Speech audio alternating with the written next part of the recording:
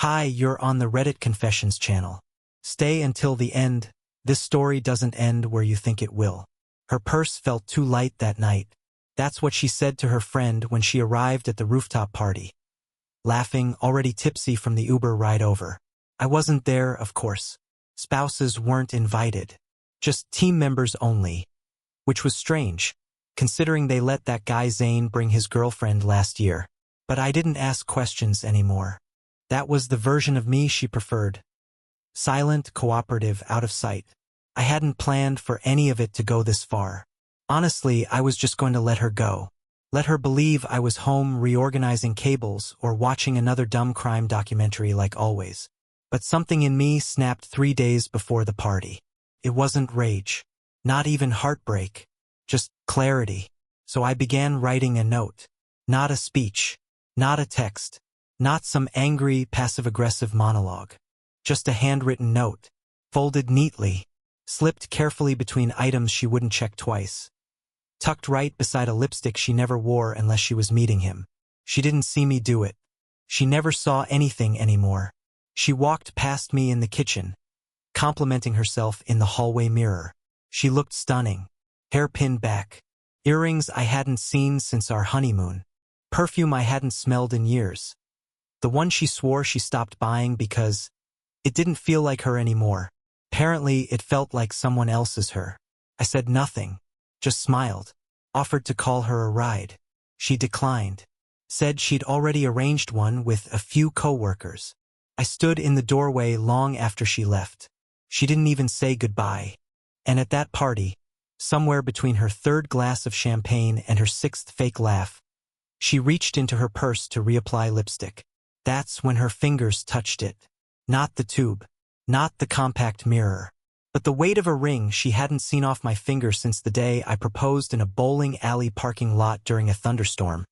Because I couldn't afford a fancy dinner and didn't want to wait another day. The moment she touched it, everything around her kept moving. The DJ. The clinking of glasses. Her coworkers laughing at some dumb joke. Beckett, her mentor, standing 5 feet away, flirting with someone half her age. She opened the note with shaking fingers. I know because someone filmed it. It ended up in a group chat I wasn't supposed to see. That's the only reason I know what her face looked like when she read the words. I hope the purse feels lighter now. You don't have to carry me anymore. She froze. Everything about her cracked at once. The eyes, the mouth, the shoulders. I never thought someone could collapse while standing upright, but somehow she did. She whispered something to herself. Put the note back. Slipped the ring into her clutch. Then walked straight out the door like the floor had vanished. She didn't call. She didn't come home. But the silence that followed? It was the first honest thing between us in years. The next morning, the apartment didn't feel empty. It felt erased. I walked through the rooms like someone who had been fired from a job but still showed up for work out of habit. Her mug was in the sink, the one that said, CEO of everything. And it looked smug even without coffee in it. Her robe was slung across the chair, like she'd return any minute. But she didn't. Not that day. Not the next. Not the one after. I didn't even get a text asking where I was. Just radio silence. Like she'd vanished. Like I had too. It's strange how quickly your body learns to stop expecting things. By day 3, I stopped checking the door every time a car pulled up. By day 4, I stopped jumping at the buzz of my phone. And by day 5, I finally blocked her number. Not to punish her. I just couldn't handle the possibility of a message that never came. Every second she stayed quiet, I kept wondering, did the note actually break her? Or was it just a minor inconvenience between cocktails? Her friend Lyra showed up on day 6. She knocked 3 times, waited, then started banging like the building was on fire. When I opened the door, she looked at me like I was a ghost. She didn't ask how I was. Just marched in, grabbed a pair of heels Karis left in the closet, then turned to me and asked, "Why would you do something like that in public?" I didn't answer. Couldn't. I mean, what was I supposed to say? That I was tired of being a ghost in my own marriage? That slipping a ring into a purse was the loudest scream I'd managed in years? Instead, I asked her something else. Was she with Beckett that night? Lyra didn't respond immediately. Her eyes shifted. Her jaw clenched. She opened her mouth, closed it, then finally said, "You know, sometimes you create the drama you're afraid of." And then she walked out. I stood there with her words echoing in my head, trying to decide if that was wisdom or just a neat way of calling me pathetic. Maybe both. But that night, around 1:12 a.m., I heard a key in the door. Karis was home. Or at least her body was. Because what came through that door didn't look like my wife. It looked like a person who just realized a fire had been burning under her feet for years, and only now smelled the smoke. She didn't speak. She didn't cry. She just dropped her purse, looked at me like I was a stranger, and whispered one word. "Why?" And all I could say was, "Because I was never allowed to ask you that first." She stood there in the doorway like someone forced into her own home. Her makeup was gone, or maybe she'd cried it off. Her hair was tied back in a way that looked rushed, almost panicked, and her jacket was inside out like she hadn't noticed or didn't care. She didn't close the door behind her. I wanted to, but something told me not to move. That if I made one sound, she'd run. Not because she was afraid, but because she didn't have anything left to say. She looked at me like she was waiting for me to speak first, like I owed her an explanation. I stayed quiet. She walked past me and sat on the edge of the couch without taking off her shoes. Her hands rested in her lap like they were foreign objects she didn't quite know how to use. Then she finally broke the silence with the question I should have expected. "Was this your plan all along?" I didn't know how to respond. What was this? The note? The ring? The exposure? The humiliation? She didn't wait for an answer. "You could have just told me you wanted out." That made something twist in me. Like all of a sudden I was the villain for not quietly fading into the background while she rearranged our lives without me. I sat down across from her and asked, "Would you have listened? Would you have cared if I had?" She looked away. That was her answer. So I tried again. "Tell me the truth, Karis. Was it Beckett?" There was a long pause. Then she gave the smallest nod I've ever seen. The kind that's more of a confession than any sentence could be. I didn't cry. I didn't scream. I just felt this wave of exhaustion wash over me. Like every cell in my body already knew. It had just been waiting for her to say it out loud. She said, "It was never supposed to be serious." And that sentence stuck with me more than the affair itself. Never supposed to be serious. Like her betrayal came with fine print and footnotes. As if that made it less damaging. As if I could be grateful that it wasn't emotional. I looked at her, sitting there in the same living room where we once planned our future, and I finally let the words out. I wasn't supposed to be disposable either, but here we are. She didn't argue. Instead, she reached into her coat pocket, pulled out the ring I'd placed in her purse, and set it gently on the table between us. She didn't say anything about it, didn't even look at it, just left it there, like a pawn returning a stolen crown she didn't deserve in the first place. And then, just like that, she stood up and walked into the bedroom, closed the door softly. Not a slam, just a click. Final, detached. I stared at that ring for a long time. I couldn't tell if it looked heavier, or if I just felt lighter. I didn't sleep that night. Not because I couldn't, but because I didn't want to. Sleeping would have meant waking up and pretending things could return to some version of normal, and I wasn't sure I could play that part anymore. I sat on the floor of the hallway outside the bedroom door, not in some dramatic movie-like way. More like someone who got locked out of something they used to own. Comfort, closeness, understanding. All of it gone. She never opened the door again that night. When the sun came up, I heard her packing. Not the careful kind of packing, the urgent kind. No hangers. No folding. Just drawers pulled open, zippers closing too hard. That heavy stomp of someone trying not to cry while pretending they're still in control. I didn't move. I didn't offer to help. I listened to every sound like it was a foreign language I was trying to relearn. Around 7 a.m., she stepped into the hallway. Her eyes were swollen, but not from sobbing. She looked like someone who hadn't cried at all because she was too numb to do it. She didn't say goodbye. Didn't give me a speech or ask for forgiveness. She just stopped by the front door, turned her head slightly and said, "You broke something I don't think I can fix." I wanted to laugh. Not because it was funny, but because of the irony. I broke it. I had spent 2 years watching the cracks grow under our feet, begging her in 1,000 silent ways to notice. She chose not to. I just left the note in the place she kept pretending I didn't exist. She walked out with a single suitcase. Nothing else. I sat in the kitchen and stared at the empty chair across from mine. I remembered how she used to tuck one leg under herself while drinking tea in the mornings.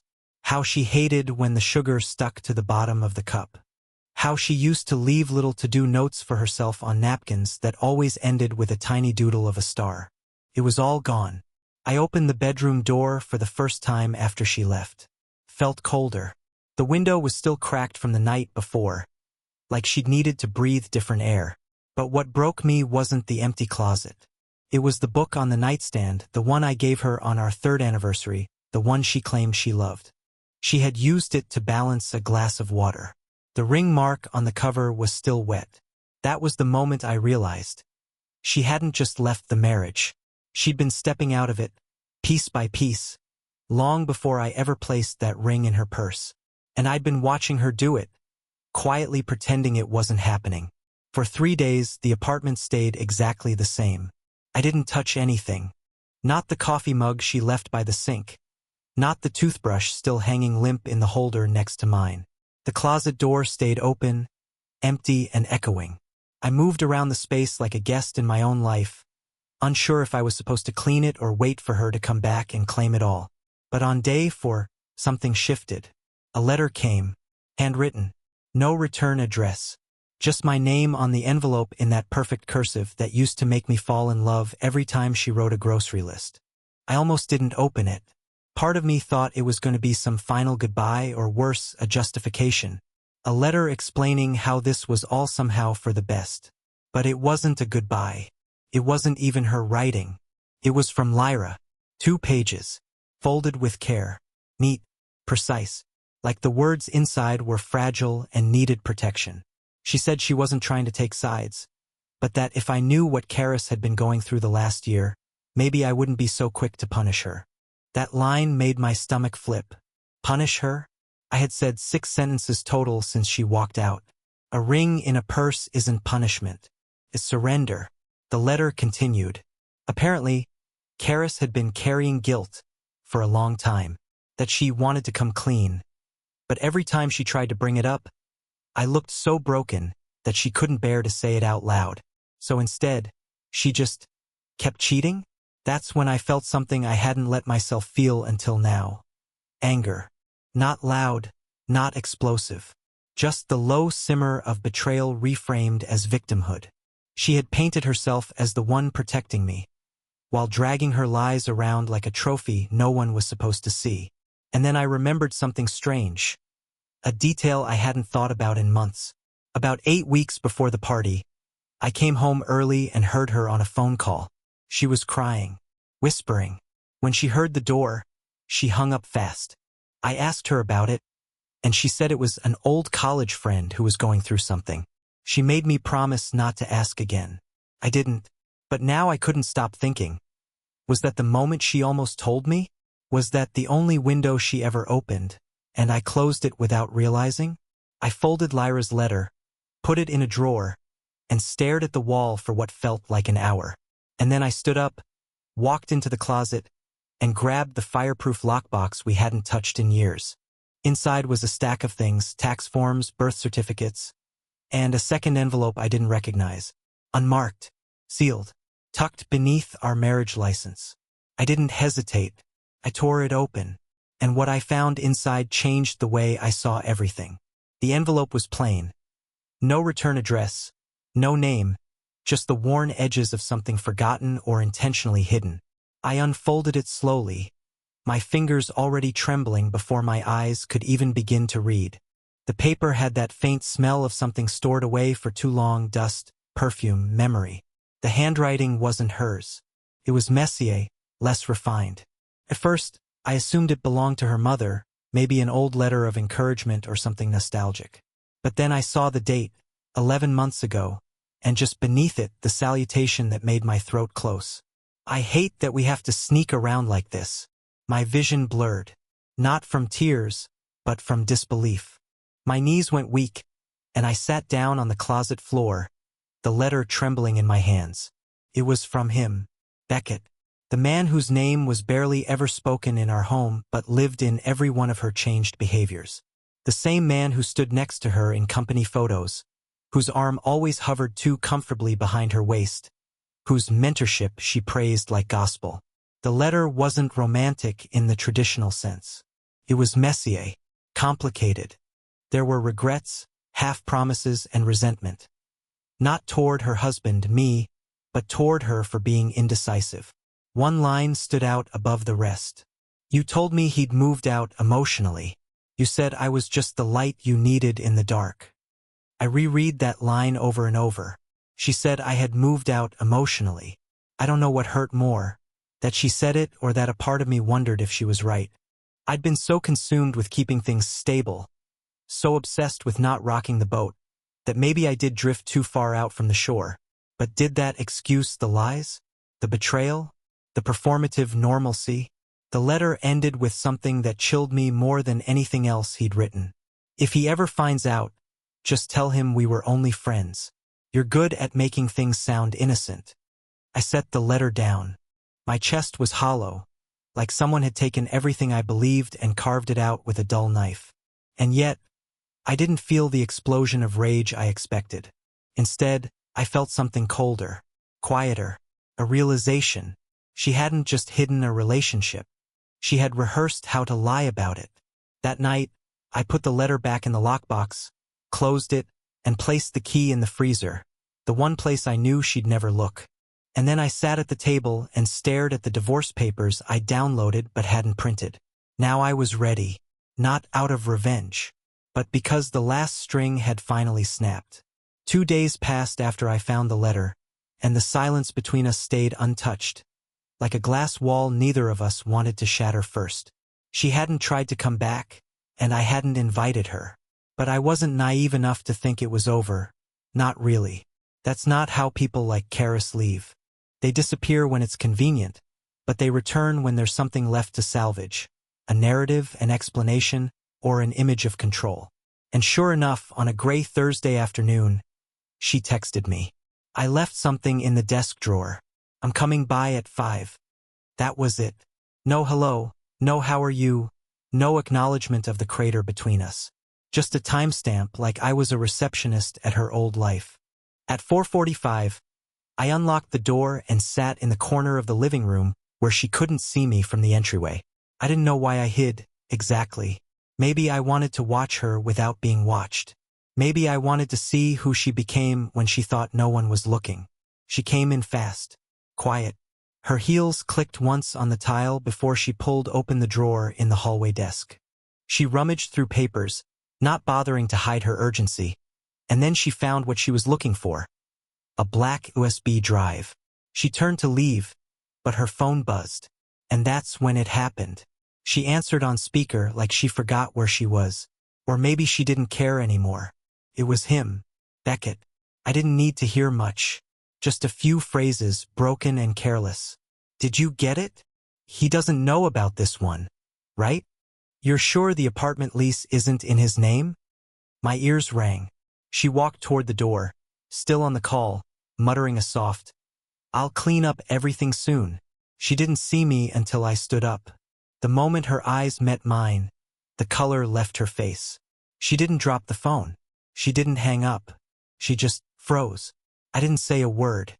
I just looked at her. Really looked at her. Like I had been blind for years and had suddenly woken up. She opened her mouth. Maybe to lie, maybe to panic, but nothing came out. I walked to the table and picked up the one item I'd placed there earlier, the printed divorce papers. I set them between us and finally spoke. "You've been writing my ending without me. I'm just here to sign it." She didn't argue. She didn't cry. She just stood there, phone still in hand, as Beckett's voice echoed faintly through the line. And then she walked out again. This time she didn't say when or if she'd be back. But I knew. She wouldn't, and I didn't want her to. The day after she left with the divorce papers sitting between us like a quiet bomb, I didn't wait for a call. I didn't check the mailbox. I didn't hope. I just existed. Not in that broken, bitter way I used to, but in a new kind of stillness. The kind that lets you notice things again. I cleaned the apartment. Not out of anger, but out of necessity. Like I was peeling her off the walls, one forgotten strand at a time. Her robe. Her perfume bottle. The magnets on the fridge from vacations I realized I never really enjoyed. I boxed them up gently, left them by the door, and for the first time I opened the windows. Not just one, all of them. I let the air move through the space. It smelled like rain and the neighbor's laundry, and somehow that made me feel like I had just bought the place. Like I was starting over inside the same walls. The silence didn't feel heavy anymore. A few days later, I met up with my older brother, Elliot, someone I hadn't really talked to during the mess. We sat on a park bench with takeout noodles and he didn't ask what happened. He just listened when I finally started talking. I told him everything. About the party, the ring, the letter, the voice on the phone, the woman I didn't even recognize anymore. And he said something that stuck with me. You were never hard to love. She just forgot how. That one sentence unclenched something in my chest that had been wound tight for months. Maybe years. I didn't respond right away. I just looked out over the lake, plastic fork in hand, and let the calm settle in. I had spent so long trying to hold something together that was already in ruins. Now all that energy, all that effort, it was mine again. I started running in the mornings. Not far. Just enough to remember what breathing felt like when it wasn't weighed down by suspicion. I read books I hadn't touched in years. I reconnected with an old college friend who, to my surprise, remembered me as the funny one. And little by little, I stopped replaying the moment she found that ring in her purse. Because now I realized that wasn't the end. It was the first time I chose myself. That's the end of this story. But maybe it's your beginning too. Tell us in the comments. What's one moment in history, your own or the world's, where someone quietly took their power back? Don't forget to subscribe to Reddit Confessions for more real stories, raw endings, and the kind of truth we all eventually grow into. Thanks for listening. See you in the next one.